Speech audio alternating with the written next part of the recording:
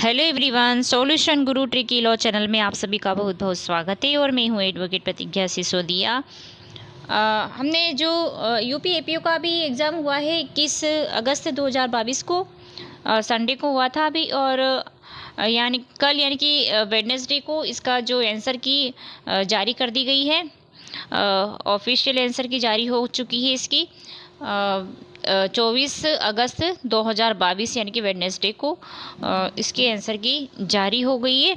तो उसके हिसाब से आप अपने क्वेश्चन लगा लीजिए, और आपने लगा ही लिए होंगे तो, और हमारे साथ भी आप आंसर अपने लगाते चलिए। और आप हमें बताइए, मतलब आप कमेंट करके बताइए कितने स्कोर किए आपने नंबर। और आप मतलब यूपी एपीओ के लिए तो इम्पोर्टेंट है ही, बल्कि ये आने वाली और भी एग्ज़ाम है, जैसे एमपी एडीपीओ की आने वाली है, झारखंड डिस्ट्रिक्ट जज है, मतलब एडीजे है और सिविल जज है। तो जो भी आगामी एग्ज़ाम है और ऑल जुडिशरी एग्ज़ाम के लिए ये इम्पोर्टेंट है, क्योंकि जीके का टॉपिक भी सभी में आता है, और आईपीसी, सीआरपीसी और एविडेंस तीनों एक्ट आपके कवर हो जाएंगे। यहाँ से आप देख लीजिए, इस तरह के क्वेश्चन पूछे जाते हैं, आप अपनी तैयारी को और भी मजबूत कर सकते हैं। हाँ, सबका, हर स्टेट का अपना अपना अलग वो होता है, एग्ज़ाम का जो लेवल होता है, क्वेश्चन का पेपर का लेवल जो होता है वो अलग अलग हो सकता है, लेकिन फिर भी आप अपनी प्रिपरेशन इस तरीके से कर सकते हैं। तो आपके लिए काफ़ी ये हेल्पफुल रह सकता है, रहने वाला है ये वीडियो। तो सभी स्टेट की जुडिशरी एग्ज़ाम के लिए भी और एडीपीओ की एग्ज़ाम भी देते हैं, उसके लिए भी इम्पोर्टेंट है, क्योंकि आईपीसी, सीआरपीसी और एविडेंस तीन जो मेजर लॉ है, ये तो हर स्टेट के जुडिशरी एग्ज़ाम में भी आते हैं, ये एमपी एडीपीओ में भी आता है। तो ये आपके लिए काफ़ी हेल्पफुल होने वाला है। और अभी छत्तीसगढ़ की वैकेंसी भी आ गई है, 48 वैकेंसी है टोटल, तो उसके लिए भी आपके लिए हेल्पफुल होने वाला है। तो आप उसमें जीके तो नहीं आता है, लेकिन पार्ट जो लॉ का पार्ट है वो इम्पोर्टेंट होने वाला है। तो हमने पार्ट 1 जीके का देख लिया है, लास्ट वीडियो हमने अभी जो अपलोड कर दिया है, और इसके पहले जीके अपलोड कर दिया, वो भी आप देख लीजिए। तो उसके लिए आप सबसे पहले चैनल को सब्सक्राइब कर लीजिए, उसके बाद बेल आइकन को प्रेस कर दीजिए और ऑल कर दीजिए, ताकि ऑल वीडियो की नोटिफिकेशन आप तक पहुँचे, और आप जीके का वीडियो भी देख लीजिएगा। और ये है पार्ट 2 है, मतलब इसमें लॉ सब्जेक्ट कवर करवा रहे हैं हम, लॉ सब्जेक्ट का आंसर की मतलब आंसर लगा रहे हैं, ठीक है, पेपर एनालिसिस कर रहे हैं, पेपर सॉल्यूशन करवा रहे हैं। तो किस तरह से आपको क्वेश्चन अटेम्प्ट करना चाहिए, और तो ठीक है, तो उसके बारे में हम आपको ट्रिक्स बताएंगे, और सेक्शन याद कैसे करने चाहिए उसकी भी ट्रिक्स हम आपको बताएंगे इस वीडियो में। तो चलिए, ये वीडियो आपके लिए काफ़ी हेल्पफुल होने वाला है। चलिए शुरू करते हैं आज का ये वीडियो हम।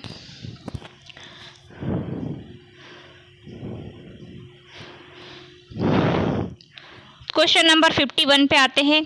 51 से लॉ के क्वेश्चन की शुरुआत होती है, ठीक है। तो 100 क्वेश्चन लॉ के हैं 51 से तो 150 तक, और 50 क्वेश्चन जीके के हमने देख लिए हैं।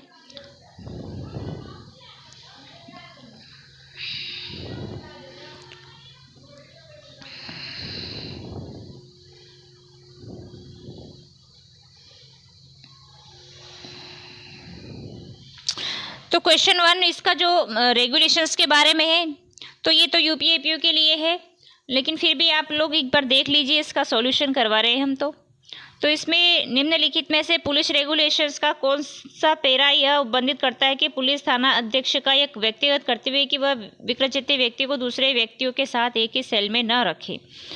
तो इसका जो पैरा 161 है, इसका option number A is the correct answer, para 161 है इसका। क्वेश्चन नंबर 2 है, दवाओं में मिलावट, आईपीसी से क्वेश्चन आया है, दवाओं में मिलावट भारतीय दंड संहिता की किस धारा के अंतर्गत दंडनीय है। तो इसका जो adulteration of drugs is made punishable under which section of Indian penal code 1860। तो इसका जो करेक्ट आंसर है, वैसे हम आपको बता देते हैं इसको कैसे सॉल्व करना है, मतलब कैसे अटेम्प्ट करना है क्वेश्चन को। तो इसमें जो है ना, इसका वैसे आंसर तो option number D is the correct answer है। तो इसमें चारों धाराएं जो दी गई है वो सब दवाओं में मतलब मिलावट की बात करती है, अडल्ट्रेशंस की बात करती है। तो 273 और 272 जो है, 273 272 दोनों को मतलब मैंने ट्रिक्स बता रखी है याद करने के, सेक्शंस को कैसे याद की जाती है। दोनों एक जैसे सेक्शन है, दोनों को साथ में लिख लीजिए, कनेक्ट कर लीजिए, इसमें क्या बात कही है। तो 73 72 तो दवाओं में नहीं, मतलब खाने पीने की चीज़ों में मिलावट की बात करता है, ठीक है। तो 72 में मिलावट की जाती है और 73 में सेल किया जाता है। तो वहीं आ गया सेक्शन 74 और 75 का ग्रुप, तो इन दोनों का ग्रुप साथ में है, तो दोनों को साथ में कनेक्ट कर लीजिए। तो 74 कहता है दवाओं में मिलावट की जाती है, औषधियों में मिलावट की जाती है, और 75 में क्या किया जाता है, सेल किया जाता है। तो 74 में मिलावट का पनिशमेंट दिया गया है, ठीक है। इस तरह से क्वेश्चन आपको मतलब रेंज याद होनी चाहिए, क्वेश्चन का कनेक्शन मतलब सेक्शंस का कनेक्शन एक दूसरे से होना चाहिए, एक जैसे जो सेक्शन है उसको साथ में याद करिए, सेक्शंस का रेंज याद करिए, चैप्टर को याद करिए, ठीक है। तो ये वेरी इंपॉर्टेंट होता है, इसमें आपका 70% जो चीज़ें कवर हो जाती है इस तरह से, और काफ़ी हेल्पफुल रहता है। बस आपको 30% बेयर एक्ट से रीड करके आपको प्रिपेयर करना होता है, और सब क्लॉज वगैरह प्रोवाइडेड ये देखना होता है। बाकी तो और सब इम्पोर्टेंट चीज़ें ही देखना होती है एग्ज़ाम टाइम में, तो जो एग्ज़ाम मतलब हमेशा पूछी गई है, बाकी तो जो जो इम्पोर्टेंट है वही पढ़ना चाहिए एग्ज़ाम के टाइम में, और बाकी अगर टाइम है तो आप अच्छे से पढ़िए। क्वेश्चन नंबर नेक्स्ट क्वेश्चन है 53 में आते हैं। तो निम्नलिखित में से कौन सा सही सुमेलित नहीं है ये बताना है हमको। तो कौन सा सही नहीं वो बताना है, मतलब इसमें 3 तो सही दिए गए, एक गलत दिया है, तो हमको वो गलत वाला पकड़ना है कि गलत कौन सा है। तो इसका जो है ना ऑप्शन नंबर ए, इसका मजिस्ट्रेट द्वारा गिरफ्तारी 45 में नहीं है, 45 में तो सशस्त्र बलों के बारे में दिया गया, उनको मतलब गिरफ्तारी से छूट दी गई है, एक्सेप्शन से उनको, तो उनको छूट प्राप्त है, वो उनको गिरफ्तार नहीं किया जाएगा सेना सशस्त्र बलों के ऑफिसर्स को। तो मजिस्ट्रेट द्वारा जो गिरफ्तारी होती है वो 44 में होती है, 45 में नहीं होती है, ठीक है। तो 44 में होती है, और ये सारे सही हैं, ठीक है। तो option number is the correct answer है इसका।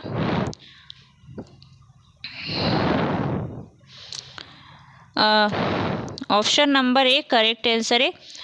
क्वेश्चन नंबर 54 में आते हैं, दंड प्रक्रिया संहिता का कौन सा प्रावधान बंदी प्रत्यक्षीकरण यूनिट के सदस्य है। तो इसका करेक्ट आंसर है ऑप्शन नंबर डी 97, मतलब ऑप्शन नंबर डी इसका करेक्ट आंसर है। तो 97 सेक्शन जो है 97, वो मतलब उसके सदोष परिरोध के बारे में बताया गया है ना, उसके बारे में है।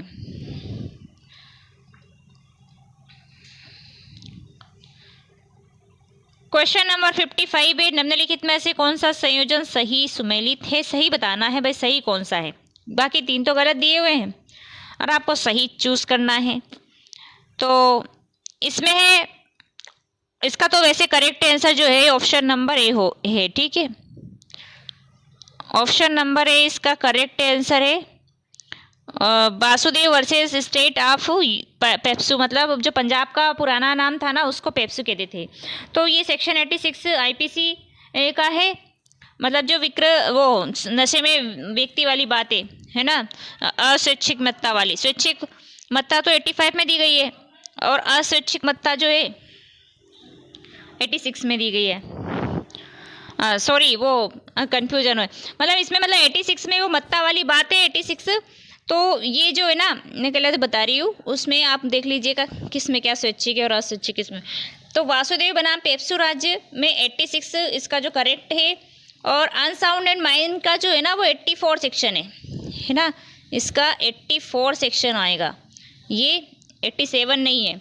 और बिगेमी वाला जो है 497 नहीं है, ये 497 तो अडल्ट्री का है, जारता का। तो बिगेमी का जो है 494 है इसका, द्विविवाह वाला।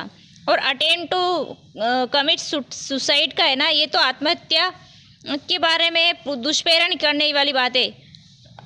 तो ये जो कमिट सुसाइड होगा ना तो 309 होगा इसके लिए, ठीक है। तो ये है, इस तरह से आपको अटेम्प्ट करना चाहिए। तो जो पहले गलत है उनको करेक्ट अलग कर दीजिए कौन कौन से गलत है, और आपका आंसर आपके सामने आ जाएगा। क्वेश्चन नंबर 56 है, एविडेंस एक्ट से है ये। तो एविडेंस एक्ट की कौन सी सेक्शन आपराधिक मामलों से संबंधित नहीं है? तो 17 से 23 तक जो दिया गया है ना, वो सिविल के बारे में, स्वीकृति के बारे में बात करता है। 17 से 23 तक, ये याद रखिए जनरली आप। 70 to 23 तक। तो 17 में भी सिविल की स्वीकृति है, 23 में। तो option number D is the correct answer है इसका। इसका आंसर क्या होगा? जो एविडेंस एक्ट की सेक्शन 23 है, वो जो है क्रिमिनल की नहीं है, वो सिविल की होती है। ठीक है, सिविल की स्वीकृति जो एडमिशन होता है वो उसके बारे में, एक तो होता है कन्फेशन और एक होता है एडमिशन, सिविलिटी की बात करता है। तो option number D is the correct. Question number 57। Question number 57 में आते हैं। आईपीसी की सेक्शन है ये सारे, इसमें मतलब मिक्स ही चल रहे हैं। सीआरपीसी, आईपीसी, एविडेंस सीक्वेंस अलग अलग नहीं दिए हुए, मिक्स कर रखे हैं। तो 57 के आईपीसी से लिया गया है, मतलब जल्लाद के कार्य के बारे में है। तो आपराधिक दायित्व से मुक्त है, एक्सेप्शंस की बात करता है। तो कौन सी सेक्शन है वो जो जल्लाद को आपराधिक दायित्व से मुक्त करता है? तो 78। Option number A is the correct answer. 78 धारा है 78। ठीक है, ये तो सभी को पता है। और 77 में जज का कार्य आ गया, 78 जल्लाद का कार्य आ गया, 76 और 79 है जैसी विधि द्वारा न्यायानुमत विधि द्वारा आबद्ध। तो मिस्टेक ऑफ बाद वाली जो धाराएं है 76 और 79, मतलब 76 और 79 में तो मिस्टेक ऑफ फैक्ट के बारे में है, और 70 और 77 ये मिस्टेक ऑफ लॉ की बात करता है। ठीक है, नेक्स्ट क्वेश्चन पे आते हैं हम।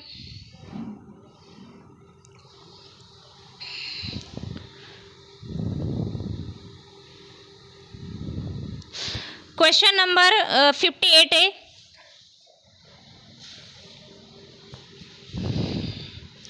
क्वेश्चन नंबर 58 जो है, भारतीय दंड संहिता में डकैती के लिए तैयारी करना दंडनीय है। तो डकैती के लिए जो तैयारी की जाती है, जो प्रिपरेशन की जाती है, वो कहाँ पर पनिशेबल है? डकैती की प्रिपरेशन,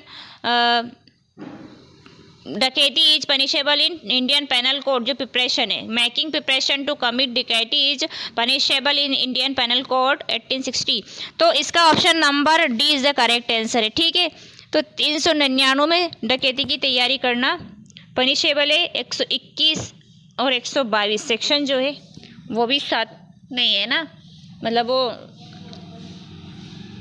भारत सरकार के विरुद्ध युद्ध करना और उसकी तैयारी करना। वो नेक्स्ट है इसका क्वेश्चन 59, 59 क्वेश्चन है।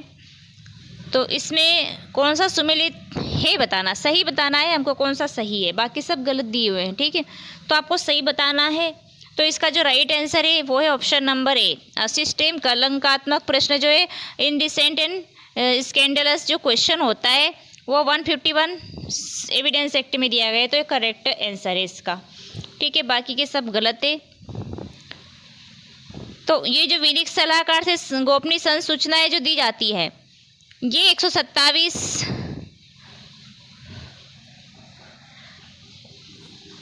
127 में नहीं, 127 में तो वो बताया गया है कि 126 वाली बात 127 में बताई गई है ना। तो 126 में है वो विधिक सलाहकार से संसूचनाएं जो दी जाती है गोपनीय। और वो हाँ 129 और इसमें बताया गया अपमानित या शुद्ध करने के लिए आश्रित प्रश्न जो 155 में नहीं होते, वो 152 में होते हैं। ठीक है, 152 में जैसे अपमानित और ये वाली है ना सिस्टम कलंकात्मक, इसके बाद ही 51 मैंने इसका मतलब एविडेंस एक्ट पे मैंने क्लास करवाई है, रिवीजन क्लास, और उसमें ट्रिक बताइए कैसे आपको सेक्शंस को कनेक्ट करना है, कैसे याद करना है। तो 151 152 साथ में थी।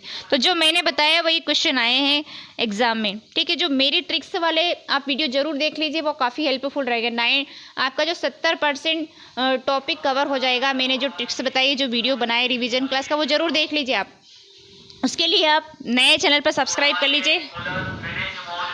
उसके लिए आप क्या करेंगे, नए चैनल पे है तो सब्सक्राइब कर लीजिए चैनल को, और बेल आइकन को प्रेस कर दीजिए। और बेल आइकन प्रेस करने के बाद ऑल पर क्लिक कर दीजिए, ताकि ऑल वीडियो की नोटिफिकेशन आपके पास पहुँचे।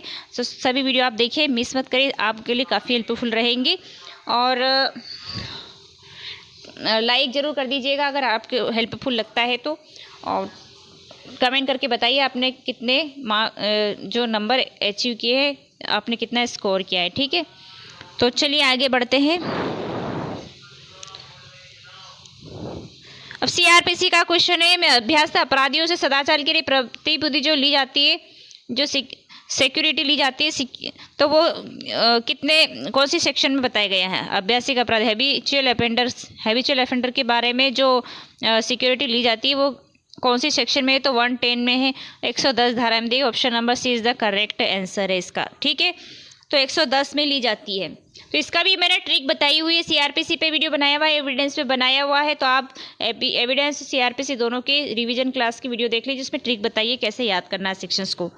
सारे टॉपिक सारी चीज़ें कवर करवाई मैंने उसमें।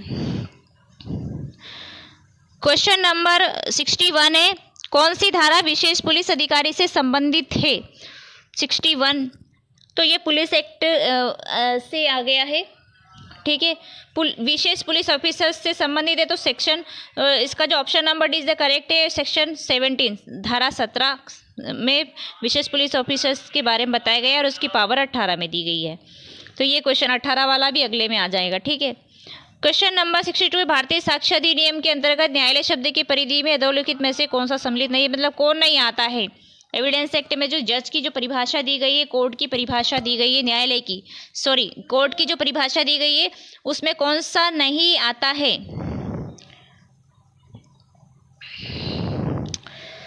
तो जज तो आएंगे, और विधिक साक्ष्य देने के लिए अधिकृत मजिस्ट्रेट है, सब आएंगे। Option number B is the correct है, जो option number B is the correct.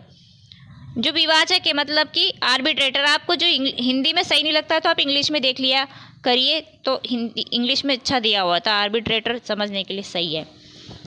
Question number 63 है, आईपीसी का ही है, तो मतलब ये आईपीसी से पूछा गया है। तो पति द्वारा अपनी पत्नी के साथ जो है पृथक्करण सेपरेशन के दौरान जो दंडनीय बताया गया है संभोग करना, उसके बारे में क्वेश्चन है ये 63। तो कौन सी सेक्शन है वो बताना है आपको। अगर आपने सेक्शंस के ग्रुप रेंज याद है, चैप्टर याद है आपको, तो आप आराम से बता सकते हैं। तो under Indian penal code 1860 sexual intercourse by husband upon his wife during separation is punishable under section कौन सी बताइए जल्दी से? Option number C is the correct है, 376 बी इसका ऑप्शन, ठीक है। तो आई होप आप लोगों ने यही लगाया होगा, क्योंकि आप लोगों को आता है इतना। तो क्वेश्चन नंबर 60, नेक्स्ट क्वेश्चन में चलते हैं। क्वेश्चन नंबर 64 में आते हैं। निम्नलिखित में से जो ये एविडेंस एक्ट से एविडेंस एक्ट की कौन सी धारा आंकिक हस्ताक्षर की राय की सुसंगति से संबंधित है? अब हस्ताक्षर की बात हो गई, तो ए जो आता है उसी से संबंधित सेक्शन होता है। तो हस्ताक्षर कहाँ दिया, अगर आपको पता है कि भाई हस्ताक्षर की राय के बारे में कहाँ दिया है, हस्तलेख की राय कहाँ दी गई है, तो आपको पता है कि भाई 47 में दी गई है। तो अगला सेक्शन अंकीय की बात करेगा, इलेक्ट्रॉनिक की बात करेगा, ठीक है। तो इसका जो करेक्ट आंसर है ऑप्शन नंबर सी 47 है, ठीक है। क्वेश्चन नंबर 65 में आते हैं। 65 क्या कहता है? पुलिस अधिनियम में से आया है ना, पुलिस एक्ट में से पूछा गया है कि कौन सा शब्द ढोर के अंतर्गत जो है सम्मिलित नहीं है। Which are following is not include in the word cattle under police act 1861। तो कौन सा नहीं है भाई? गॉड तो आएगा, उसमें हॉर्स भी आएगा, कैमल भी आएगा, तो जो डॉग है वो डॉग के बारे में नहीं बताया है इसमें, ठीक है। तो नेक्स्ट क्वेश्चन है, और तो option number C is the correct answer, dog नहीं आएगा। और 66 क्वेश्चन है आईपीसी का, स्वेच्छा शब्दों को परिभाषित किया गया है, कौन सी सेक्शन है वो बताना है आपको। स्वेच्छा जो वॉलंटरी कौन सी में डिफाइन किया गया, voluntary has been define in which section of Indian penal code 1860। तो आपको बताना है इसका आंसर। इसका आंसर जो करेक्ट है वो 39 है, option number B is the correct answer, section 39, ठीक है।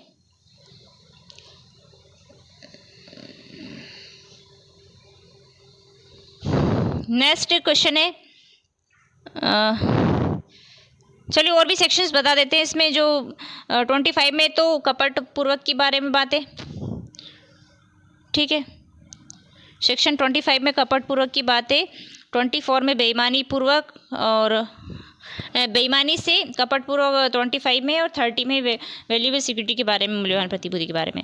अब 67 में आता है। 67 क्वेश्चन है।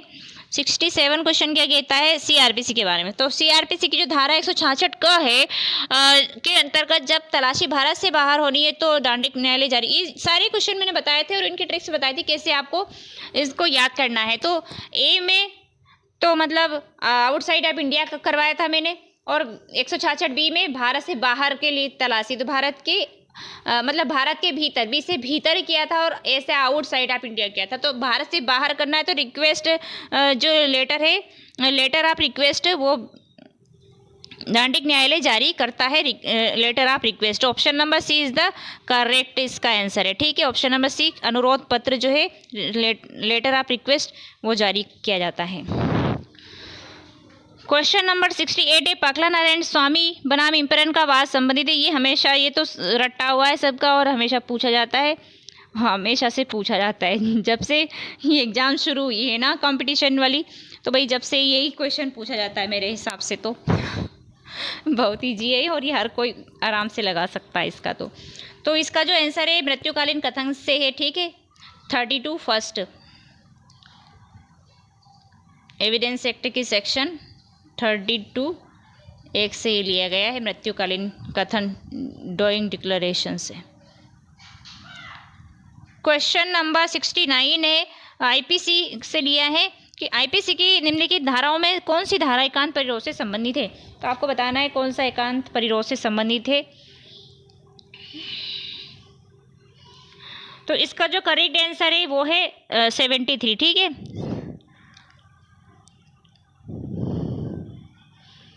73 और 74 दोनों में उसके एकांत परिरोध के बारे में बताया गया है, लेकिन 74 में तो उसकी जो टाइम जो है उसके बारे में बताया गया है, मतलब अवधि के बारे में। ठीक है, 74 में कितने टाइम के लिए क्या किस तरह से उसको परिरोध में रखा जाएगा उसके बारे में 74 में। तो 73 में एकांत परिरोध के बारे में बताया गया। ठीक है, इसका option number D is the correct answer. Question number 70 है, इस एविडेंस एक्ट की कौन सी सेक्शन है, मतलब एविडेंस भारतीय साक्ष्य अधिनियम 1872 की धारा 131 को संशोधित किया गया था। तो 131 को 131 को कब अमेंड किया गया था उसके बारे में है। Indian 1872 was amended in the year बताना है आपको। तो इसका option number A is the correct answer. जो ऑप्शन नंबर ए 2000 में इसको अमेंड किया गया था 131 सेक्शंस को एविडेंस एक्ट की।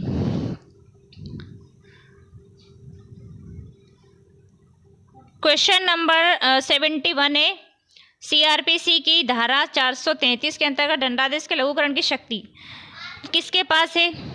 इसका आंसर है करेक्ट समुचित सरकार, ऑप्शन नंबर सी। इसमें कुछ भी देखने की जरूरत, सीधे ऐसे आप ऐसा लगा सकते हैं। क्वेश्चन नंबर 72 है, आईपीसी की कौन सी धारा है थल सेना नौसेना तथा वायुसेना संबंधी अपराधों के संबंध में प्रावधान करती है। तो आपको बस सेक्शंस का रेंज जो पूछा है इसमें, तो सेक्शंस का रेंज अगर आपको आता है तो आराम से लगा सकते हैं इजीली। तो इसका option number D is the correct है। 131 से 140 तक इसका सेक्शंस का रेंज दिया हुआ है ना। ये तो कौन से चैप्टर में दिया गया है बताइए कमेंट करके। इसका जो चैप्टर है ना वो 6 में दिया हुआ है, सेनाओं के बारे में। ठीक है, सॉरी 6 में तो राज्य के बारे में दिया गया है, 7 में दिया गया है सेनाओं के बारे में। तो 131 से 140 तक दिया हुआ है। क्वेश्चन नंबर 73 है, पुलिस एक्ट से लिया गया है। तो पुलिस एक्ट की जो कौन सी धारा है जिसमें अधिकारियों को प्रमाण पत्र देने का प्रावधान है। तो इसका जो करेक्ट आंसर है ऑप्शन नंबर सी करेक्ट है। धारा 8 में सर्टिफिकेट जो दिया जाता है। क्वेश्चन नंबर 74 है, इसमें जो है मैच करवाना है और सही आंसर बताना है कौन से सही है। तो इसमें आपराधिक मानववध का प्रयास, तो इसका 308 है। तो इसका 3 कहाँ पर दिया है, ए के साथ में 3, ये 2 ऑप्शन आ रहे हैं ऐसे। एक तो ये हो गया, सेकेंड और देखना होगा हमको। आत्महत्या करने का प्रयास, तो ये 309 में दिया हुआ है। तो 4, 2 ऑप्शन सही आ रहे, तो एक और देखना पड़ेगा हमें जब हमारा करेक्ट होगा भाई। हमला कहाँ पर दिया हुआ है, तो 351 में हमला दिया हुआ है। तो ये वाला ऑप्शन सी, ऑप्शन सी इसका करेक्ट आंसर है। ठीक है, क्योंकि और दो ये जो बचा है हमारे पास अपहरण, तो 362 में अपहरण दिया हुआ है, तो option number C is the correct answer. ठीक है, option number C is the correct answer है इसका। इसके बाद आता है क्वेश्चन नंबर 75। क्वेश्चन नंबर 75 आता है। तो क्वेश्चन नंबर 75 में सीआरपीसी निम्नलिखित में से किस धारा में विधिक सहायता का प्रावधान किया गया, इजीली आप सोल्व कर सकते हैं। तो बताइए इसमें क्या है। तो ये जो चैप्टर है ना 24 में से लिया गया है, साक्ष्य और मतलब इंक्वायरी और ट्रायल्स में जो एविडेंस लेने के बारे में, इंक्वायरी ट्रायल्स में जनरल उपबंध की बात है इसमें, है ना। साधारण उपबंध 24 से 300 से 327 तक सेक्शंस का रेंज है इसमें। तो आपको अगर चैप्टर का नाम पता है, सेक्शंस का रेंज पता है, तो आसानी से इसको कर सकते हैं आप। तो इसका आंसर जो है विधिक सहायता का प्रावधान 304 सेक्शन में है। Option number B is the correct answer. 305 में वो है रजिस्टर्ड, मतलब रजिस्टर्ड जो वो है निगम और सोसाइटी वगैरह के बारे में है, मतलब जब अभियुक्त निगम और वो रजिस्टर्ड सोसाइटी है तो क्या प्रोसीजर होगी उसके बारे में 305 बताता है, इंक्वायरी ट्रायल्स के बारे में। और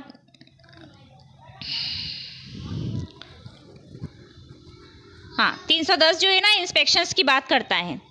ठीक है, 310 में इंस्पेक्शन किया जाता है, इंक्वायरी ट्रायल्स वाली बातें। तो इसमें जो इंस्पेक्शंस किया जाता है लोकल इंस्पेक्शंस के बारे में 310 में बताया गया है। और 306 में सअभियुक्त को क्षमादान दिया जाता है, उसके बारे में 306 में। ठीक है, तो इस तरह से आपको अगर पता है सेक्शंस तो आप आराम से कर सकते हैं। क्वेश्चन नंबर 76 से है, आर बनाम लुमले भारतीय साक्ष्य अधिनियम की धारा किस धारा से संबंधित ऐतिहासिक फैसला है। तो ये केस लो कौन सी सेक्शन से संबंधित है, तो इसका option number C is the correct है, 107 से 107 से संबंधित है। अब क्वेश्चन नंबर 77 है, कौन सा सही नहीं है उसके बारे में बताना है। तो सही उत्तर चुनना है कुट की सहायता से। तो दहेज हत्या कहाँ दी गई है भाई,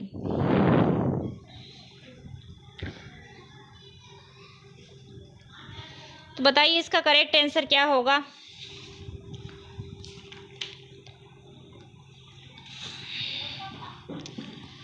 तो option number A is the correct answer है इसका। ठीक है, option number A is the correct answer है, ये आप मैच करवा लीजिएगा। और मैं बता देती हूँ वैसे दहेज हत्या कौन कौन से सही सुमेलित नहीं है ये बताना है आपको। तो दहेज हत्या नहीं है ना, तो ये तो 3 इसमें दिया ही नहीं है।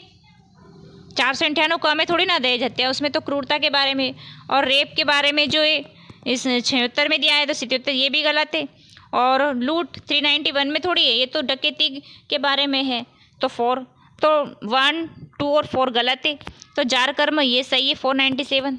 ठीक है, चलते हैं आगे बढ़ते। पुलिस एक्ट की कौन सी धारा ग्राम पुलिस अधिकारी से संबंधित है, तो option number A is the correct answer 21।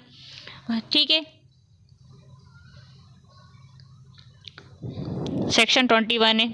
आगे बढ़ते हैं 79, ख की हत्या के लिए क का विचारण किया जाता है। ये तथ्य कि क ने ग की हत्या की, ख जानता था कि क ने ग की हत्या की और ख ने अपनी इस जानकारी को लोकविदित करने की धमकी देकर क से धन उत्पादित करने का प्रयास किया था, सुसंगत है। कौन सी सेक्शंस के अंतर्गत आएगा ये, तो सेक्शन 8 आएगा। सिर्फ कंडक्ट की बात है ना इसमें, मतलब बाद वाला आचरण या पहले वाला आचरण, तो इसमें आचरण की बात है, तो सेक्शन 8 आएगा। करेक्ट आंसर है इसका सेक्शन 8।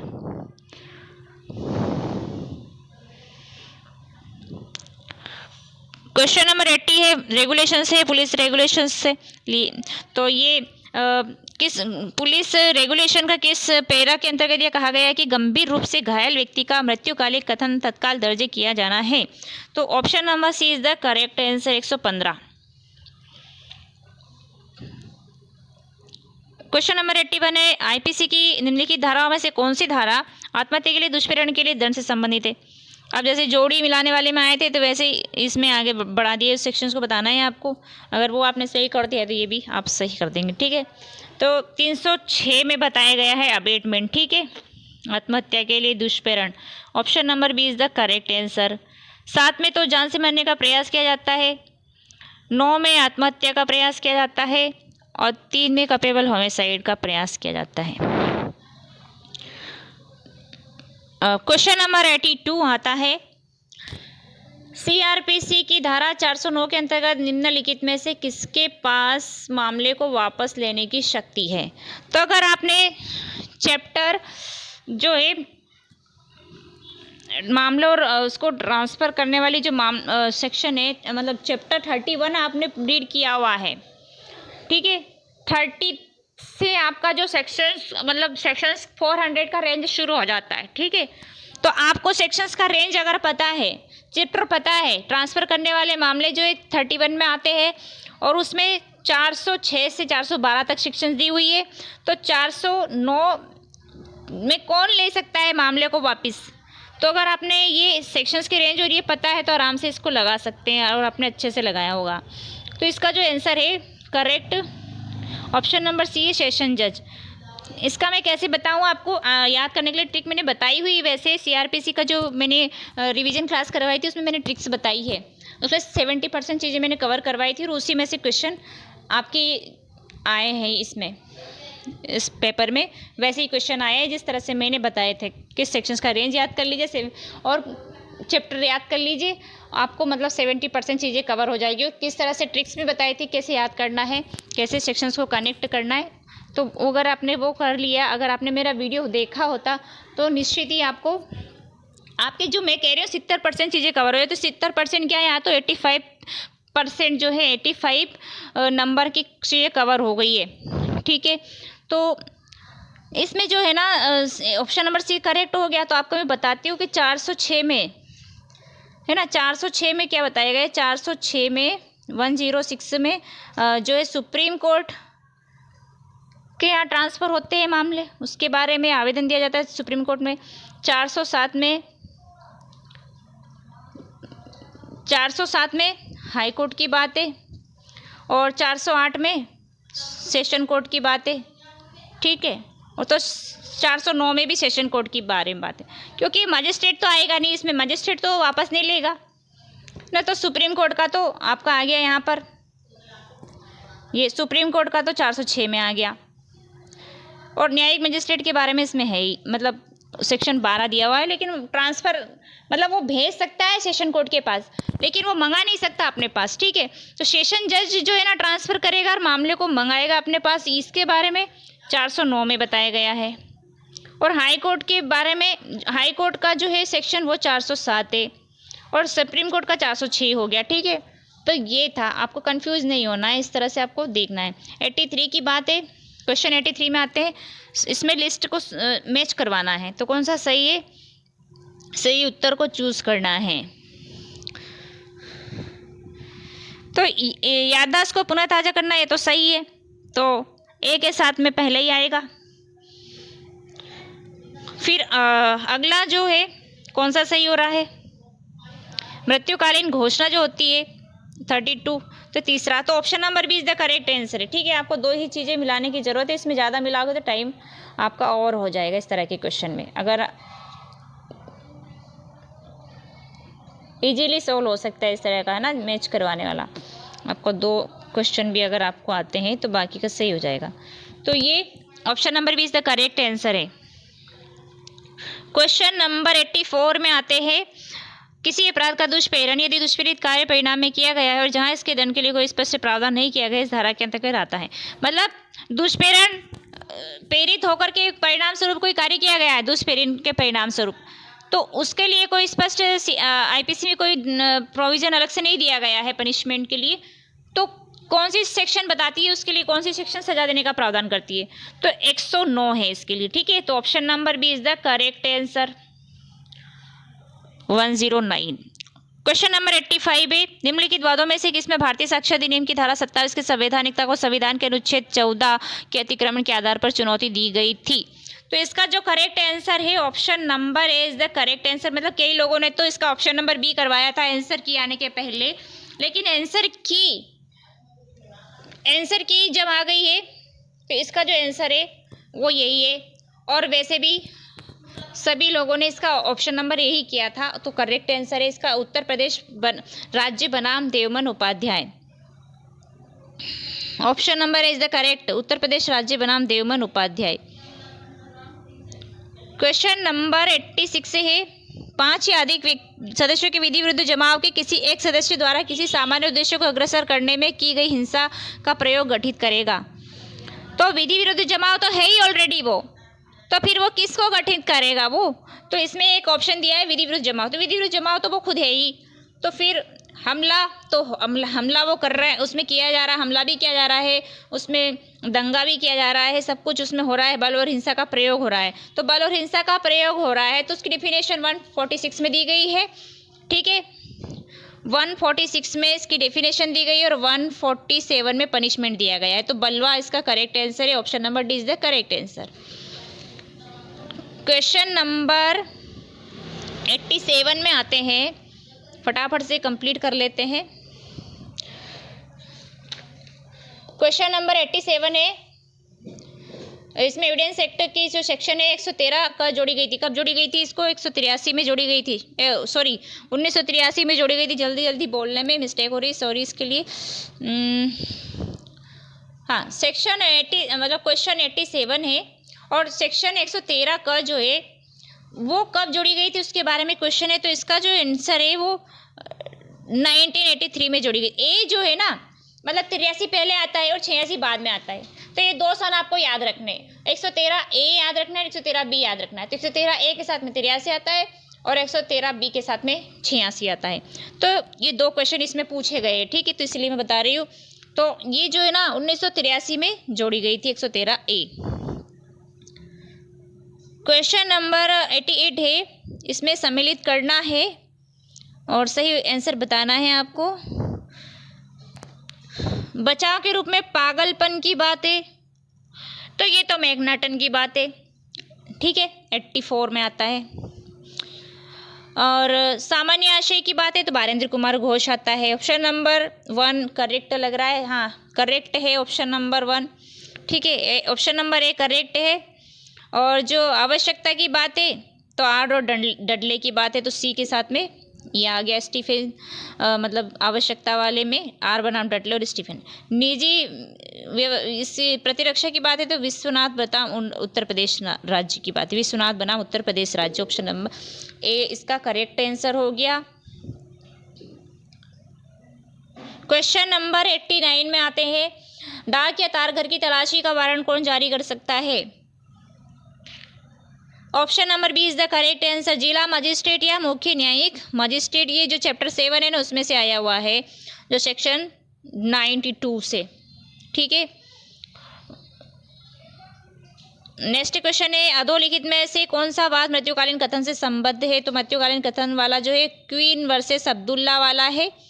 ठीक है, और 119 से भी संबंधित है ये, और 32 एक से भी संबंधित है, क्वीन वर्सेस अब्दुल्ला। गवाह वाली बात है ना, तो इसमें जो क्वीन वर्सेस अब्दुल्ला, इस केस को आप रीड करिएगा, इसमें अच्छा फैक्ट दिया हुआ है।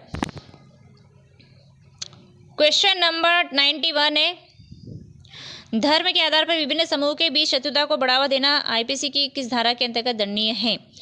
तो कौन सी सेक्शन है भाई? वो 153 का है। Option number is the correct answer. एक तो बी है, तो बी वाला तो अखंडता को जो वो करते हैं, भारतीय अखंडता को, तो उसके बारे में दिया गया है बी में। और ए में ये धर्म के बीच विभिन्न धर्म के आधार पर विभिन्न शत्रुओं के बीच समूह के बीच शत्रुता को बढ़ावा देने की बात है 153 क में। क्वेश्चन नंबर 92 है, पुलिस एक्ट से, पुलिस एक्ट की निम्नलिखित में किस धारा में सामान्य डायरी के संबंधित उपबंधों का प्रावधान है? तो जो जनरल डायरी रखी जाती है ना, इसका आंसर तो वैसे option number B is the correct है, धारा 44। लेकिन जो 72 दिया गया है डायरी के बारे में, police diary, case diary, IPC में रखा जाता है, जो चैप्टर 12 है इन्वेस्टिगेशन वाला, 154 से तो 176 से दिया हुआ है उसका सेक्शंस का रेंज, ये जरूर आप याद रखिएगा। 93 क्वेश्चन आता है, उत्तर प्रदेश पुलिस विनियम रेगुलेशन से पूछा गया है तो कौन सा अध्याय घुड़सवार पुलिस से संबंधित है? तो जिन लोगों ने अगर ये सब चैप्टर वगैरह याद किए होंगे तो उनके लिए काफ़ी आसानी हो गई होगी इसको करने में सोल्व। तो क्वेश्चन इसका जो करेक्ट आंसर है option number D is the correct answer, chapter 8 में दिया है। ठीक है, क्वेश्चन नंबर 94, निम्नलिखित में से किस अपराध विधि संशोधन अधिनियम द्वारा भारतीय दंड संहिता की धारा 100 में खंड 7वां जोड़ा गया है? तो सेक्शन 100 बताइए आईपीसी की क्या है, सेक्शन 100 में क्या दिया हुआ है, कमेंट करके मुझे बताइए आप। तो उसमें संशोधन किया गया और खंड 7वां जोड़ा गया है।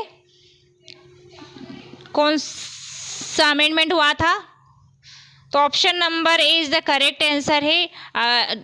2013 में अमेंडमेंट हुआ था, अपराध विधि संशोधन अधिनियम 2013, क्रिमिनल लॉ अमेंडमेंट एक्ट 2013।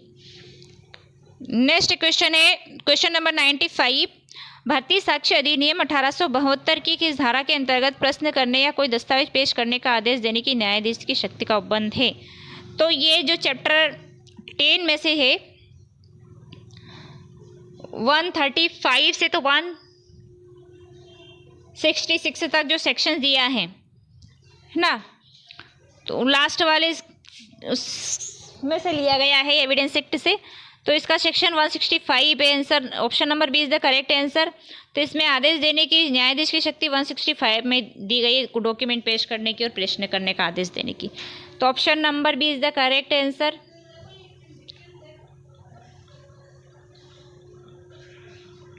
अब आता है क्वेश्चन नंबर 96, सीआरपीसी की किस अध्याय के अंतर्गत निर्देश और पुनरीक्षण संबंधी प्रावधान? मैंने बताया था जैसे सेक्शन बेस्ड क्वेश्चन पूछे जाता है ज़्यादातर, और जो चैप्टर वाइज पूछे जाते हैं तो चैप्टर और सेक्शंस का रेंज आपको याद होना जरूरी है, उससे आपके 70% चीज़ें कंप्लीट आपकी मतलब तैयारी हो जाती है, 70% टॉपिक कवर हो जाता है। तो 70% तैयारी भाई मैंने रिवीजन क्लास में करवा दी थी। तो यहाँ आपका जो चैप्टर है 30, option number A is the correct answer है इसका। 96 का ऑप्शन नंबर ए करेक्ट है। चैप्टर 30 की बात है, 30 में बताया गया है रेफरेंस और रिवीजन के बारे में। ठीक है, 395 में रेफरेंस बताया गया है।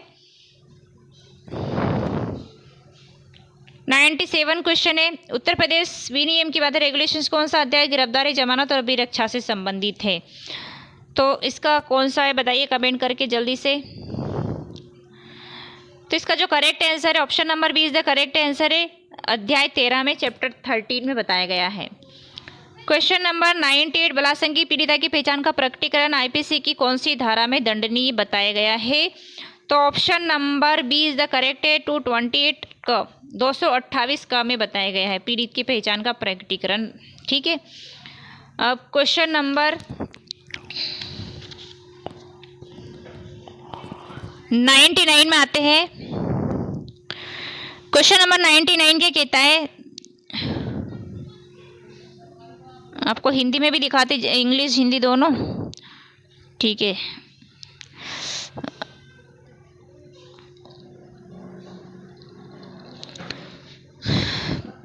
धारा 436 का सीआरपीसी की है ये। तो इसमें अभियुक्त को जमानत पर छोड़ने के लिए कारावास की न्यूनतम अवधि क्या होगी?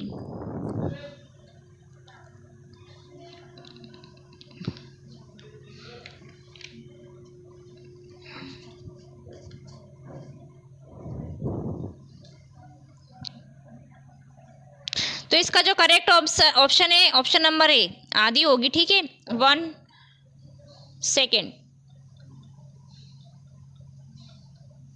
नेक्स्ट क्वेश्चन है, भारतीय साक्ष्य अधिनियम की निम्नलिखित में से कौन सी धारा लोक ऑफिसर पर लोक दस्तावेज की प्रमाणित प्रति देने का कर्तव्य अधिरोपित करती है?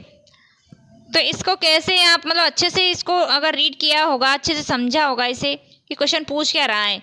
मतलब जो सर्टिफाइड कॉपी लेने के लिए जाते हैं ना, तो पब्लिक ऑफिसर की ड्यूटी होती है कि वो सर्टिफाई करे कॉपी को और आपको दे, उसके बारे में 76 से है। Option number D is the correct answer. 101 101 में आते हैं, सीआरपीसी की निम्नलिखित कौन सी धारा के अधीन अभियुक्तों को मजिस्ट्रेट द्वारा पुलिस रिपोर्ट तथा अन्य दस्तावेज की प्रतिलिपि जो कॉपी दी जाती है, ग्रांट की जाती है कॉपी, उसके बारे में एक्यूज्ड को। तो option number B is the correct, 207 207 में दी जाती है। ठीक है, नेक्स्ट क्वेश्चन है 102, जो लिस्ट को मैच करवाना की बात है, कौन सा सही है, सही उत्तर चुनना है।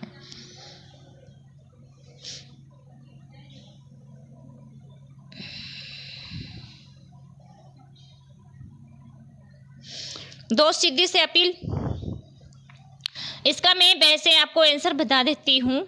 इसका जो आंसर है इसको आप मैच कर लीजिएगा, बहुत लेट बहुत बड़ा वीडियो होने वाला है, नहीं तो ये बहुत टाइम लगेगा। आप फटाफट से इसको मैच कर लीजिए, मैच करने वाली चीज़ों को आप देख लीजिए कौन सा है। तो इसका जो option number D correct answer है इसका। ठीक है, आगे बढ़ते हैं। क्वेश्चन नंबर 103, आईपीसी की धारा 195 का संबंधित है। इसका option number A correct answer है मिथ्या साक्ष्य देने हेतु धमकी। इसका भी मैंने ट्रिक बताया था आपको कैसे याद करना है। तो मैंने सीआरपीसी का जो रिवीजन क्लास करवाई थी उसमें मैंने ट्रिक भी बताई थी। ऑप्शन नंबर ए करेक्ट है मिथ्या साक्ष्य देने हेतु धमकी से संबंधित 195 का सीआरपीसी। क्वेश्चन नंबर 104 104, निम्नलिखित में से कौन सा सही सुमेलित नहीं है। तो कौन सा सुमेलित नहीं है उसके बारे में बताना है। तो कौन कौन से सुमेलित ये बताइए पहले। तो चलिए तो देख लेते हैं कौन कौन से सुमेलित हैं। तो कौन कौन से सुमेलित हैं वो बता देते हैं। चलिए, स्मृति ताजी करना सही है, वृत्तिक संसूचनाएं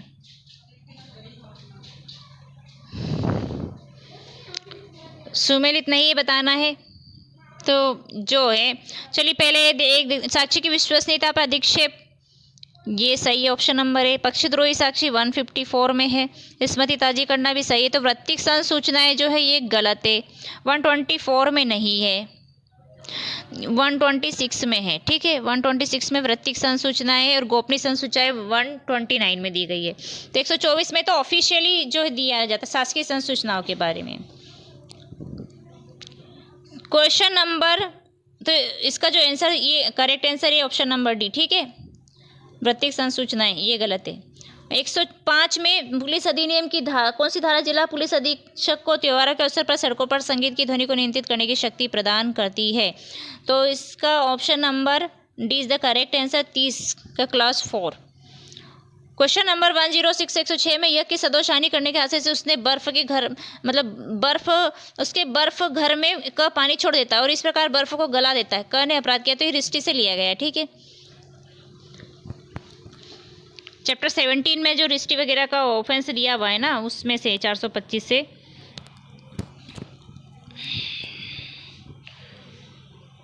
हाँ, तो ये option number A is the correct answer, रिस्टी। क्वेश्चन नंबर 107 है 107, तो एविडेंस एक्ट की कौन सी धारा सेकेंडरी एविडेंस की ग्राह्यता का प्रावधान करती है, एडमिसिबिलिटी की। तो कौन सी सेक्शन है वो। तो सेक्शन 65 है इसका आंसर। वैसे सेकेंडरी एविडेंस दिया तो 63 में है, लेकिन उसकी एडमिसिबिलिटी के सेक्शन में, तो इसका option number C is the correct है, 65 में एडमिसिबिलिटी दी गई है। ठीक है, यहाँ पे कंफ्यूजन हो सकता है लोगों को, और हुआ भी है। क्वेश्चन नंबर 108 है 108, क को एक मूल्यवान अंगूठी पड़ी मिलती है, वह नहीं जानता कि वह किसकी है। क उसके स्वामी को खोज निकालने का प्रयत्न किए बिना उसे तुरंत बेच देता है। क ने अपराध किया, कौन सा ऑफेंस किया है। भाई खोजने का प्रयास करता और नहीं मिलता तब वो कोई ऑफेंस नहीं करता, लेकिन उसने खोजने का प्रयास नहीं किया और उसने बेच दिया, तुरंत बेच दिया, तो क्या किया उसने, संपत्ति का बेईमानी से दुर्विनियोग, dishonest misappropriation of property. Option number D is the correct answer. Question number 109 है 109, एविडेंस एक्ट की धारा 41 में निम्न में से किस प्रकार के अधिकारिता का उल्लेख नहीं किया गया है। तो दिवालिया यस, नामाधिकरण यस, प्रोबेट यस। तो option number B is the correct answer, मतलब राजस्व विषय का नहीं किया गया है। ठीक है, तो ऑप्शन नंबर बी करेक्ट है, रेवेन्यू का नहीं है। 110 की बात है। क्वेश्चन नंबर 110 है, सूची फर्स्ट को सूची सेकंड से सुमेलित कीजिए। तो इस सेकंड को सुमेलित करना है, तो आप इसमें 413 किसमें बताया गया, आईपीसी का है ये। तो 413 में क्या है, इसका करेक्ट आंसर बता देते हैं।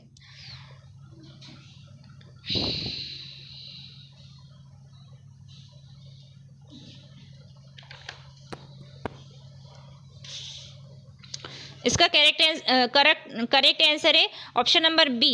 Option number B correct answer है इसका, ठीक है। Option number B correct answer है।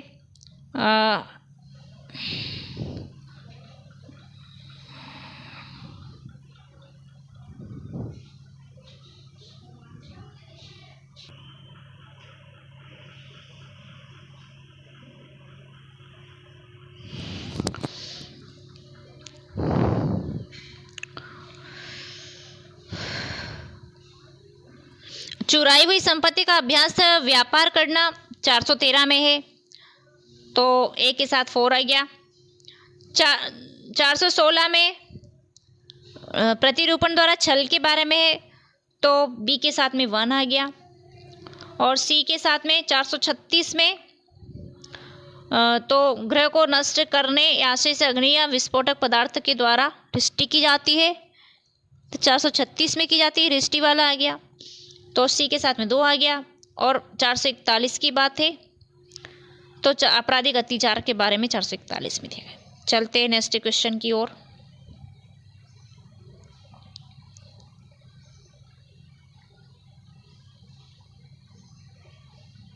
एक आपराधिक कार्यवाही में आरोपी रचित किया जाता है।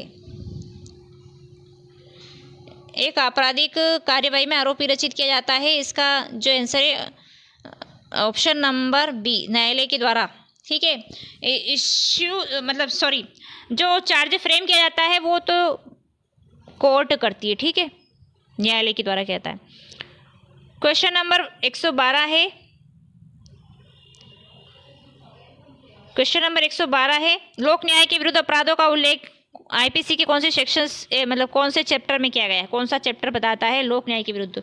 तो लोक न्याय जो पब्लिक ऑफिसर्स के द्वारा उनके विरुद्ध जो अपराध किए जाते हैं उसको लोक न्याय के विरुद्ध अपराध कहते हैं, ठीक है। तो उस ये चैप्टर 9 है इसके बारे में।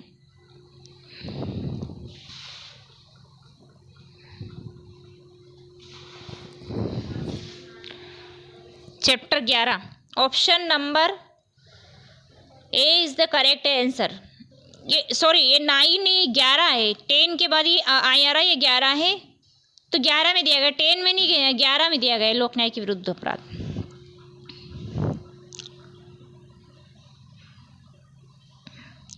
अब आता है क्वेश्चन नंबर 13, भारतीय दंड संहिता की धारा के अंतर्गत इलेक्ट्रॉनिक अभिलेख को परिभाषित किया गया है। कौन सी धारा में किया गया है इलेक्ट्रॉनिक? पहले तो डॉक्यूमेंट आता है, तो डॉक्यूमेंट 29 में आता है, तो फिर इलेक्ट्रॉनिक की बात आ गई तो वो क में आएगा, तो option number A is the correct answer, 29 क में, ठीक है। क्वेश्चन नंबर 114 है, 114 दंड प्रक्रिया संहिता की कौन सी धारा यह प्रावधान करती है कि एक अपराध का अभियुक्त बचाव के संबंध में एक सक्षम साक्षी होगा? तो इसका option number D is the correct answer, 315, ठीक है। तो 315 में क्या करता है, एक्यूज्ड मतलब खुद जो है शपथ पत्र पर बयान देता है कि वो मतलब गवाह बनने के लिए इच्छुक है, तो सक्षम साक्षी होता है वो 315 में। और 313 में क्या है, मुस्लिम बयान की बात है लेकिन वो बिना शपथ के करता है। आगे बढ़ते हैं, 115 में आ गए। Question number 115, Uttar Pradesh regulations का कौन सा चैप्टर ग्राम पुलिस से संबंधित है? तो ग्राम पुलिस से संबंधित कौन सा चैप्टर है उसके बारे में बताना है, तो चैप्टर 9 है, option number D is the correct answer. Question number 16 है, 116 मतलब 116, ए जेड की जेब में हाथ डालकर जेड की जेब में से चोरी करने का प्रयास करता है। ये अपने प्रयास में असफल रहे क्योंकि जेड की जेब में कुछ नहीं था। ए ने कौन सा अपराध किया? जो 511 वाले ऑफेंस है ना, 511 में बताया गया है मतलब अपराधों का करने का प्रयास, तो वो वाला है, तो ये चोरी का प्रयास उसमें आता है, ठीक है। 511 में चोरी का प्रयास, option number A correct answer. Question number 117 है, 117 निम्नलिखित में से पुलिस अधिनियम 1861 की कौन सी धारा विशेष पुलिस अधिकारी की शक्ति? अब 17 में हमने पुलिस ऑफिसर्स के बारे में बताया था, अब पावर उसकी 118 में दी गई है। दोनों सेक्शन इसमें पूछ लिए, लेकिन कंफ्यूज नहीं होना है, पावर 18 में दी गई है। 118 में आते हैं क्वेश्चन नंबर, स्थानीय अधिकारिता शब्द लोकल जुरिस्डिक्शन वो सीआरपीसी की कौन सी सेक्शन में डिफाइन किया गया है? तो 2J है इसका, option number D is the correct answer, 2J, जे में जुरिस्डिक्शन आ गया। 119 में निम्नलिखित में कौन सा तथ्य भारतीय साक्ष्य अधिनियम की धारा 14 में मन या शरीर की दशा या शारीरिक संवेदना का अस्तित्व दर्शाने के रूप में वर्णित नहीं करता है? तो सद्भावना आएगा, ज्ञान आएगा, उपेक्षा भी आएगा, लेकिन हेतु नहीं आएगा। तो इसका जो करेक्ट आंसर है वो है सी, मोटिव, हेतु नहीं आता है। क्वेश्चन नंबर 20 है, भारतीय साक्ष्य मतलब 120 आईपीसी की कौन सी सेक्शन डिमिनिश नॉन क्यूरेट एक्सेस के सूत्र वाक्य पर आधारित है? तो विधि तुच्छ बातों पर ध्यान नहीं देती है, इसका मतलब है।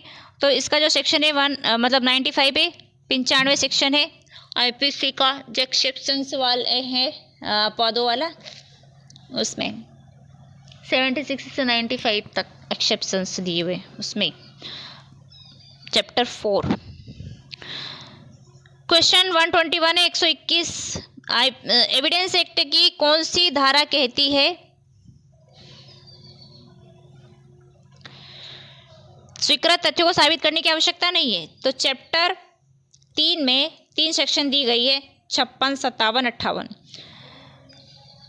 तो ये जो वहाँ की लास्ट वाली सेक्शन है 58, 58, वो उसमें जो स्वीकार के लिए गए ना, तो कोई विवाद ही नहीं रहा, तो उनको साबित करने की कोई ज़रूरत ही नहीं है जब स्वीकार हो गए। 122 सेक्शन 122 क्वेश्चन 122 बोलते बोलते इतने वो हो गए, इतने स्पीड में करवा रहे हैं, इतना वीडियो इतना बड़ा हो गया है।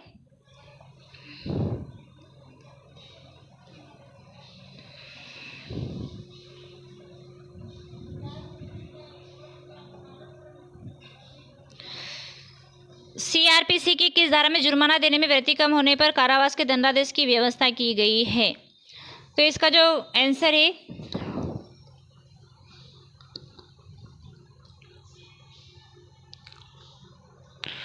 इसका जो करेक्ट आंसर है 30(1), ठीक है, 30(1) है इसका correct answer, option number B is the correct answer. Next question है 123, 123 आईपीसी की किस धारा में लैंगिक उत्पीड़न की परिभाषा दी गई? ऑप्शन नंबर 20 का करेक्ट है, 354 का है। और 124 क्वेश्चन में आते हैं, मानचित्रों, चार्टों, रेखांकों के कथनों की सुसंगति दी गई, एविडेंस एक्ट से लिए गए, तो कौन सी सेक्शन में है?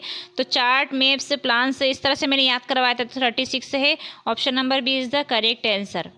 जब मैंने रिवीजन क्लास करवाई थी एविडेंस की, तो उसमें बताया था, मैंने ट्रिक्स बताया था कैसे याद करना है। सभी क्वेश्चन वैसे ही आए जैसे मैंने पढ़ाया था, लेकिन सब लोग बड़े बड़े यूट्यूबर्स को देखते हैं, वे हमें कौन देखे, तो हमको कोई देखा नहीं, लेकिन मैंने जो ट्रिक्स बताई थी, जो चीज़ें मैंने बताई थी, तरीका, और वही सेक्शंस इसमें पूछी गई है, इंपॉर्टेंट सेक्शंस बताई थी, और वो सारी इंपॉर्टेंट सेक्शंस इस पेपर में पूछी गई है, और वही तरीके से पूछी गई है जैसे मैंने बताया था, ठीक है। तो चलिए आगे बढ़ते हैं। 125 एक मजिस्ट्रेट जो विधि द्वारा इस निमित्त सशक्त न होते हुए संपत्ति को सीआरपीसी की धारा 83 के अधीन कुर्क करता है और उसका विक्रय करता है, उसकी कार्यवाही क्या होगी? shall be voidable, shall be void, shall be merely irregularly, shall not be void if he had acted in good faith। तो इसका क्या आंसर होगा भाई? इसका option number B is correct, 0 होगी, shall be void होगी, ठीक है। नेक्स्ट क्वेश्चन पे आते हैं 126, 126 आईपीसी की किस धारा के अंतर्गत लुटेरों और डकैतों को संश्रय देने के लिए शास्ति का प्रावधान किया गया है? तो इसका option number D is the correct, 216 का है, ठीक है। क्वेश्चन नंबर 127 है, उत्तर प्रदेश रेगुलेशंस के कौन से पैरा में फरार अपराधियों के बारे में बताते हैं? कौन सा पैरा बताता है फरार अपराधियों के बारे में? तो ऑप्शन नंबर 215 से 222, ठीक है, option number D is the correct answer. Next question है 128 सीआरपीसी की कौन सी सीआरपीसी 2005 की धारा 559 के अंतर्गत 10 रुपये के से कम शब्दों के स्थान पर प्रतिस्थापित किया गया तो 500। ठीक है, option number B is the correct answer. Next question है 129, सह अपराधी के क्षमादान दिए जाने का प्रावधान किया गया है जब, कब किया जाता है? 306 में, सीआरपीसी की जो सेक्शन 306 है उसमें सह अपराधी को क्षमादान दिए जाने का प्रावधान किया गया है जब वह उस अपराध के संबंध में सही तथ्यों का प्रकटन करने का वचन देता है। भाई सही सही बताएगा, यही कंडीशन उस पर लगाई जाती है। ठीक है, option number C is the correct answer.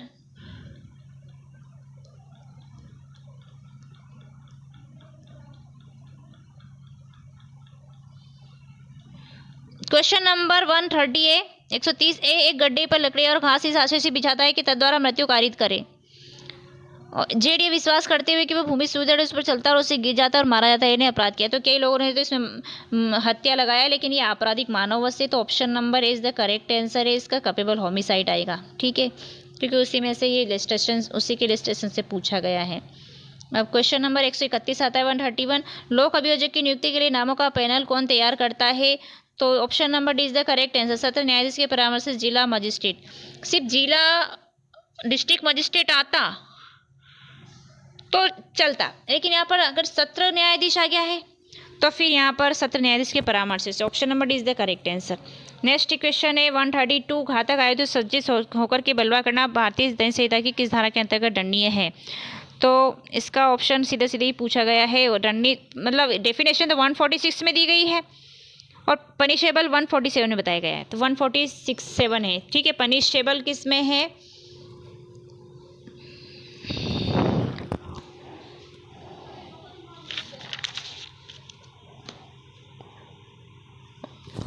Sorry, इसमें मतलब वैसे बलवा की परिभाषा घातक आयु से सज्जित होकर के किया जाता है तो 148 में किया जाता है। ठीक है, 148 में किया जाता है, सॉरी ये उसका बता दिया मैंने।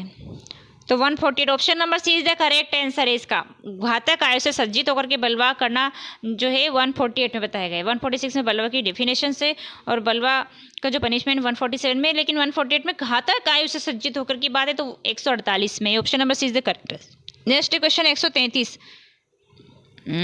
बार बार भाग जाता है, ये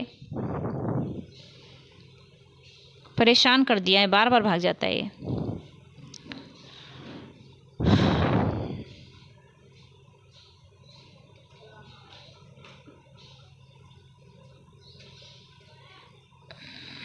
क्वेश्चन नंबर 133, 113 बी, दहेज हत्या की अवधारणा भारतीय साक्ष्य अधिनियम में कब जोड़ी गई थी? अब ये बी वाला आ गया तो ये 86 में, हम पहले हमने 83 करा था, अब 86 कर रहे हैं। ठीक है, तो ये 86 में जोड़ी गई, 1986 में। नेक्स्ट क्वेश्चन है 134, अब की पत्नी को ब के घर से फुसला कर ले जाता है, यानी अपराध किया है। तो भाई फुसलाने वाला अपराध जो है ना 498 का है आईपीसी का, विवाह वाले अपराध जो है, विवाह के विरुद्ध अपराध। Option number B is the correct answer, 498 last वाला सेक्शन दिया है ना विवाह वाले अपराध में, चैप्टर 20 में, वही 493 से तो 498 तक।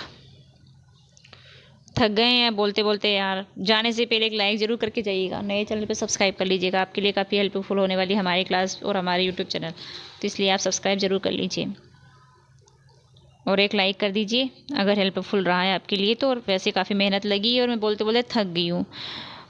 क्वेश्चन नंबर 135 है, उत्तर प्रदेश पुलिस विनियम के किस पैरा में वर्णित प्रावधानों को निश्चित किया गया है कि लोक अभियोजक के नियंत्रण में पुलिस रहेगी? तो इसका जो आंसर है वो है option number D, para 39। Question number 136 से 136, सीआरपीसी की कौन सी धारा पीड़ित प्रतिकर स्कीम से संबंधित है? तो इसमें सीधा सीधा अलग ही सेक्शंस दिया हुआ है 357 का, तो ये आप याद रखिए और अच्छे से इसको टिक लगा दीजिए। ठीक है, option number D is the correct answer, 357 का में।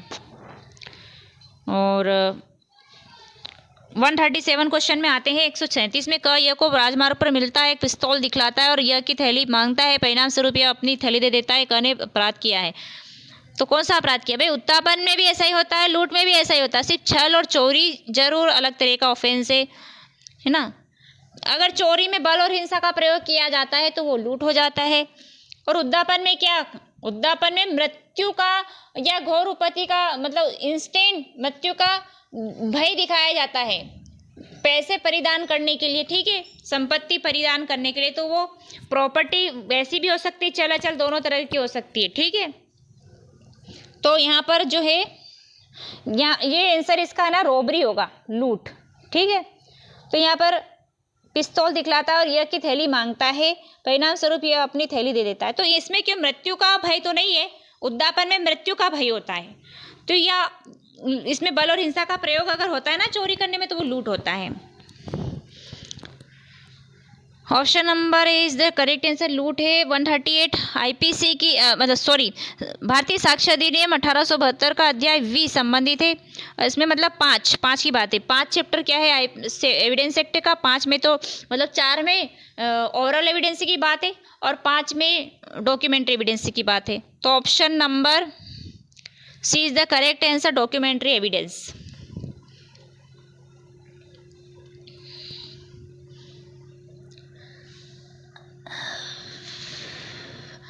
क्वेश्चन नंबर 139 है। 139 में सीआरपीसी की कौन सी धारा, किस निम्नलिखित में से किस प्रावधान के तहत अभियुक्त अपने बचाव के समर्थन में लिखित बयान दर्ज कर सकता है। तो इसका जो आंसर है वो है 233(2). Option number C is the correct answer. Option number C is the correct answer, 233(2). Next question है 140 140 दगड़ू बनाम महाराष्ट्र राज्य का वाद संबंधित है। तो ये अपराधी से संबंधित है, ठीक है। तो ये option number B is the correct answer, भी कंप्लीट से संबंधित, दगड़ू बनाम महाराष्ट्र राज्य से अपराधी से संबंधित है।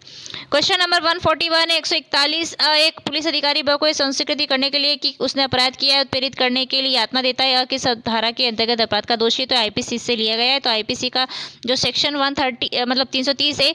Option number D is the correct answer, 330 IPC का सेक्शन, उसमें यातना दी जाती है पुलिस ऑफिसर्स के द्वारा संस्कृति करने के लिए।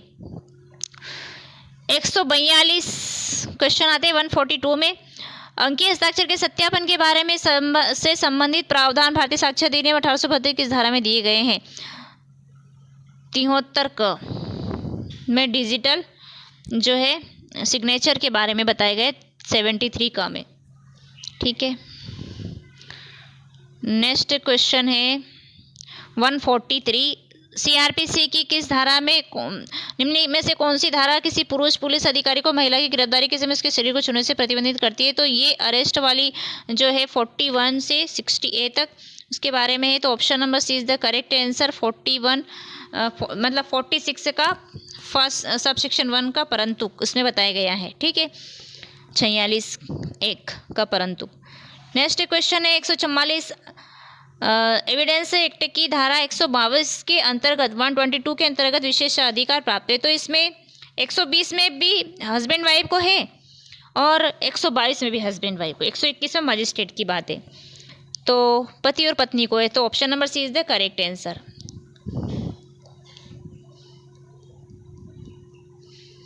लास्ट में आ गए और उसके बाद भाग गया।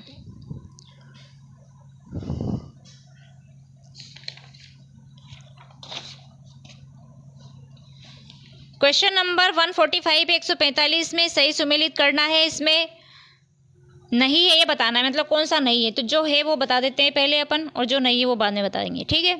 तो डकैती सही है, चोरी लूट सही है, 390 में लूट, डकैती 391 में, उद्यापन 383 में सही है। तो चोरी का जो 378 में है तो 388 में थोड़ी है, तो ये गलत है। तो यही ऑप्शन हमारा सही है, जो गलत है वही तो बताना है हमको, तो वही ऑप्शन हमारा सही है। तो चोरी 388 में नहीं है, ठीक है, तो गलत है। 145 क्वेश्चन हो गया। 146 में आते हैं, ये भी जोड़ी वाला ही आ गया, जोड़ी वाले क्वेश्चन ज़्यादा है। सही उत्तर का चयन करना है।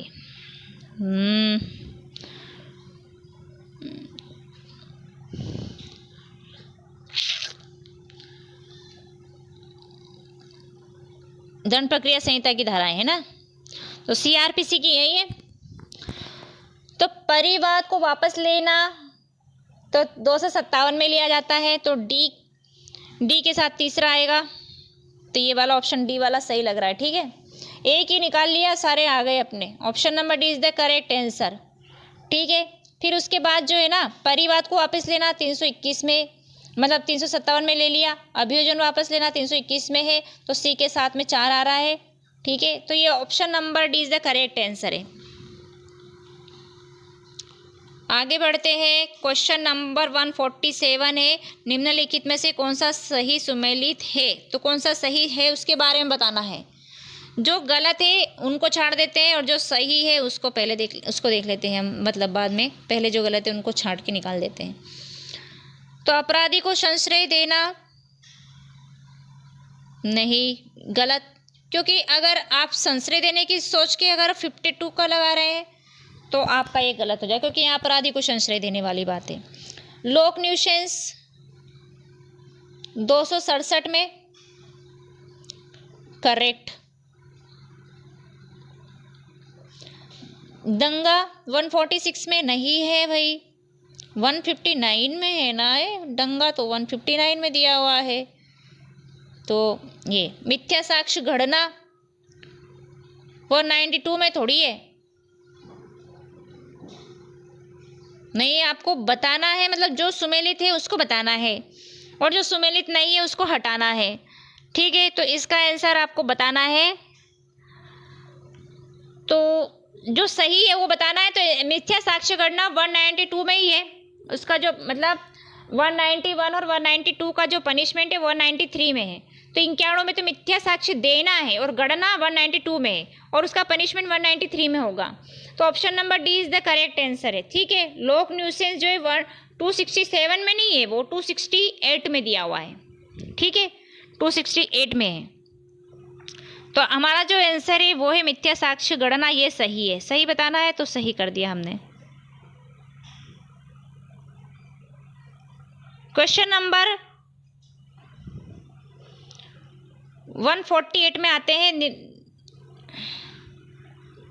सीआरपीसी की किस धारा के अंतर्गत किसी व्यक्ति के लिए उद्घोषणा जारी की जाती है? फरार व्यक्ति के लिए, किसी फरार व्यक्ति के लिए उद्घोषणा जारी की जाती है सीआरपीसी की किस धारा के अंतर्गत? तो कौन सी धारा है वो जिसमें फरार के लिए उद्घोषणा जारी? Proclamations. Under which section of the criminal procedure code proclamation can be issues for a person absconding? absconding भाई घोषणा तो 82 में की जाती है, प्रॉपर्टी को जो अटैच किया जाता है, कुर्की की जाती है, वो 83 में की जाती है। तो इसका जो करेक्ट आंसर है ऑप्शन नंबर है 82 में। नेक्स्ट क्वेश्चन है 149 149 रेगुलेशन से है। पुलिस रेगुलेशंस के पैरा 170 के अनुसार लोक अभियोजक मालखाने का निरीक्षण करेगा, कितनी बार करेगा? ऑप्शन नंबर सी है 1 माह में 1 बार। 1 माह में 1 बार करेगा, ऑप्शन नंबर सी करेक्ट है। लास्ट क्वेश्चन है 150 150। ठीक है, जाने से पहले एक लाइक करते जाइएगा और कमेंट करके बताइएगा कैसा लगा, हेल्पफुल लगा है तो लाइक करिए और कमेंट करके बताइए कितना स्कोर हुआ आपका, कितने क्वेश्चन सही हुए। निम्नलिखित में से कौन सा एक सही सुमेलित नहीं है? तो इसका जो है option number A is the correct answer. सदोष हानि नहीं है यहाँ पर। 24 में आईपीसी का जो सेक्शन 24 है उसमें तो बेईमानी से है ना, डिसऑनेस्टली, तो सदोष हानि रॉन्गफुल लॉस इसमें नहीं दिया है। ठीक है, तो ये गलत है। सदोष अभिलाष 23 में दिया गया, ये सही है। और पनिशमेंट 53 में दिया गया, सही है। कूटकरण 28 में दिया गया, ये भी सही है। काउंटरफिट तो सभी सही है भाई। सदोष हानि जो 24 में बेईमानी से दिया हुआ है। तो ये हमारे लॉ का पार्ट कंप्लीट हो गया है। 100 क्वेश्चन ला के कंप्लीट कर लिए हमने। आई होप आप लोगों को अच्छा लगा होगा, हेल्पफुल लगा होगा। Thank you so much. मिलते हैं नेक्स्ट वीडियो में, तब तक के लिए टेक केयर, बाय बाय।